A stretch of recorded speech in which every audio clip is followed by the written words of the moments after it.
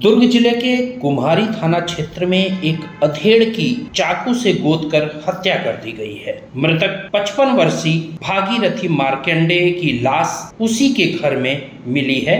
कुम्हारी police ने बताया कि घटना ग्राम रामपुर चौराहा गांव की है, जहां भागीरथी की लाश उसके घर से बरामद हुई है। मृतक के शरीर पर चाकू से कई वार किए गए हैं। जिस घर में यह वारदात हुई वह भागीरथी का ही बताया जा रहा है। घर के अगल बगल उसके परिवार के अन्य सदस्य निवास करते हैं।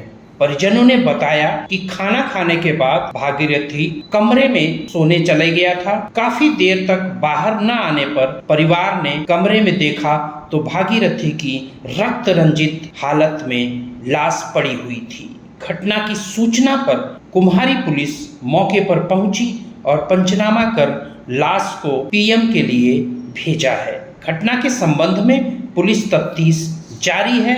मृतक के परिजन और आसपास के लोगों से पूछताछ की जा रही है। Bureau report CG Bhaskar.